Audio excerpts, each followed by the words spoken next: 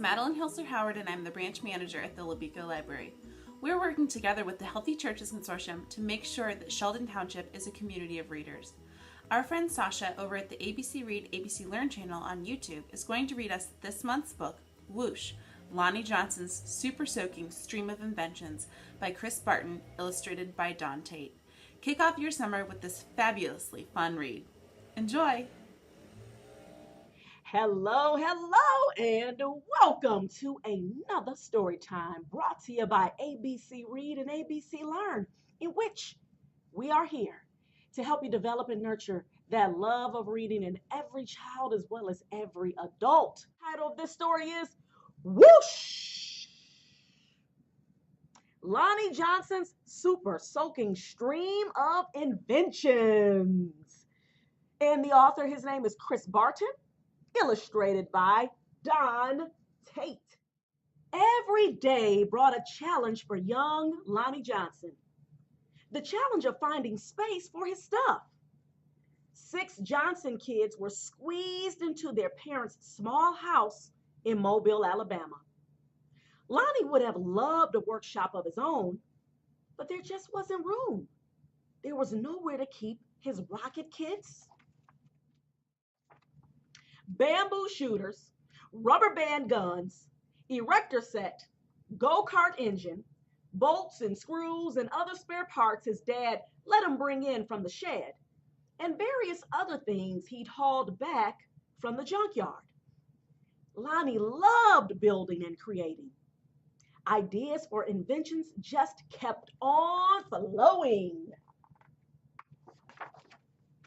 He learned how to make rockets from scratch. Kids at school gathered to watch Lonnie launch them, and he learned how to make rocket fuel. When it caught fire in the kitchen, Lonnie's mom didn't make him stop. She just sent him to work outside. Lonnie wanted to spend his life designing things, building things, and getting them to work. He wanted to be an engineer. However, Lonnie took an exam that said he would not make a very good one. His dream had been challenged. Lonnie was discouraged, but he knew that whoever had graded his test hadn't met Linux.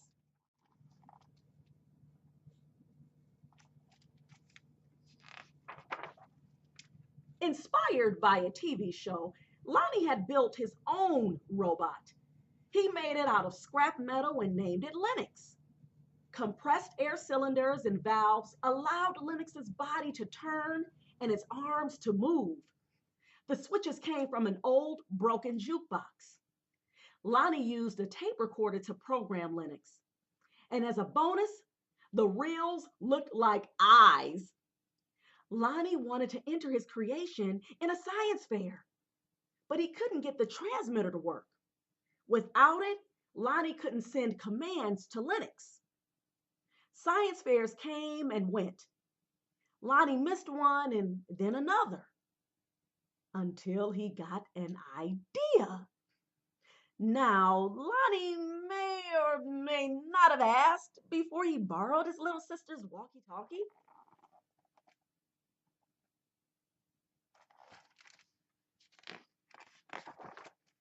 But it fixed the transmission issue. His school's team took freshly finished Linux to a 1968 science fair at the University of Alabama, where only 5 years earlier, African American students hadn't even been allowed. Having to compete in a place that still wasn't very welcoming, now that was a challenge with a capital C. Against other schools from all over the state, Lonnie's team won first place.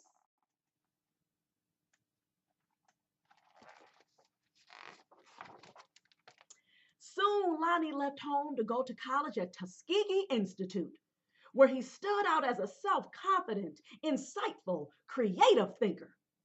He stood out as a student who asked the right questions, precisely defined problems, and formulated solutions. And he stood out as the guy who built his own booming sound system out of a cast-off electronics. It even had lights that flashed in sync with the beat. Lonnie sometimes studied right in the middle of his own parties. The extra studying paid off. He became an engineer after graduation, and that took him beyond Alabama. Way beyond.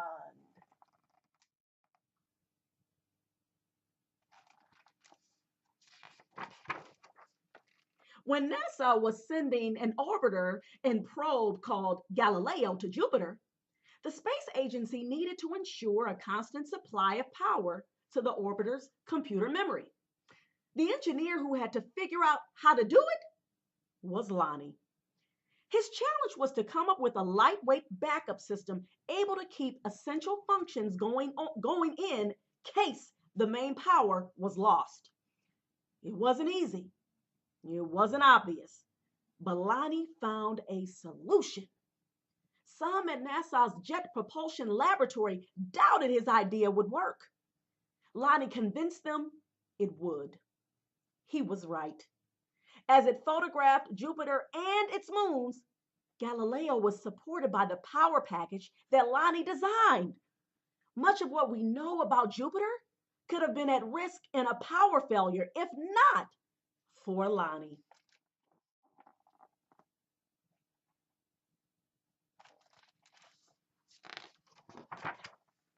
Ideas for other problems to solve just kept on flowing. They flowed whether Lonnie was working with hundreds of people at NASA or up late tinkering with his own inventions in, finally, his own workshop. Lonnie knew the world's millions of refrigerators and air conditioners needed a new cooling system, one that didn't use R12, a chemical that was bad for the environment. He had an idea for using water and air pressure instead. To test his idea, he made a pump and nozzle, connected them to the bathroom faucet, turned on the faucet, turned on the pump, and then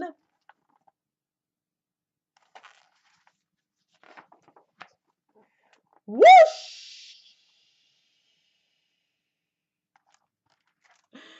The stream that blasted across the bathroom was so powerful, it created a curtain swirling breeze. It also gave Lonnie an idea for yet another invention. This, he thought, would make a great water gun.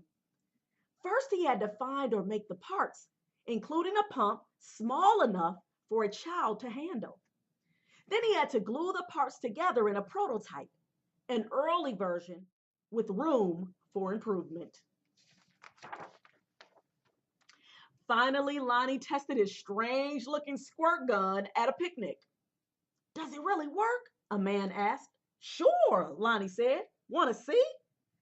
Lonnie worked the pump, which squeezed air into a chamber. When he pulled the trigger, the air escaped, forcing water out with a whoosh. For a water battle to be a fair fight, there couldn't be just one of Lonnie's water guns. He needed help making more. So he went to toy company after toy company after toy company. And they all said, no, no, no, no, no, no, no. The word no flowed again and again. But finally, one company said yes. It planned to make his water gun. Lonnie also had other projects, a water-propelled toy airplane, two kinds of engines, and his cooling system.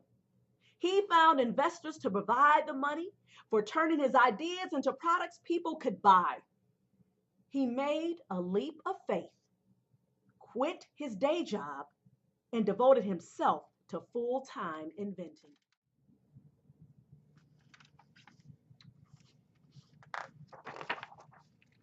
But soon each plan fell apart, even the one for the water gun. These things sometimes happen. But when they happen one after another to the same person, well, that's some pretty bad luck. Lonnie didn't have a job. He didn't have the money he'd been counting on. he and his family had to move out of their home and into a little apartment. He was angry and scared. But Lonnie had dealt with challenges all his life. He knew a lot about solving problems, and he still believed in his inventions, especially the water gun. Lonnie went looking for another toy company.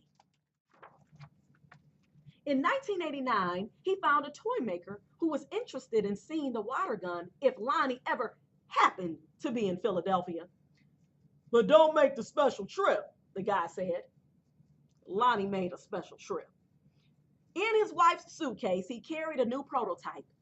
He unpacked it, filled the tank with water, pumped the gun until the air pressure was good and high, and whoosh!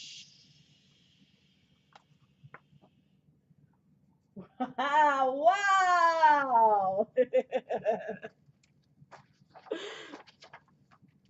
Kids everywhere agree with that wow. Lonnie's water gun, called the Super Soaker, became a smash hit. In no time, there were super soakers in backyards, on beaches, in parks, and on playgrounds. Each sale of a super soaker put a little money into Lonnie's pocket. All those hours, all those years that Lonnie spent in his workshop had paid off big time. Now he could afford to do just about anything he wanted. So what did Lonnie do? He got a bigger workshop, which is where you'll find him today. Because facing challenges, solving problems, and building things are what Lonnie Johnson loves to do. And his ideas just keep on flowing. The end.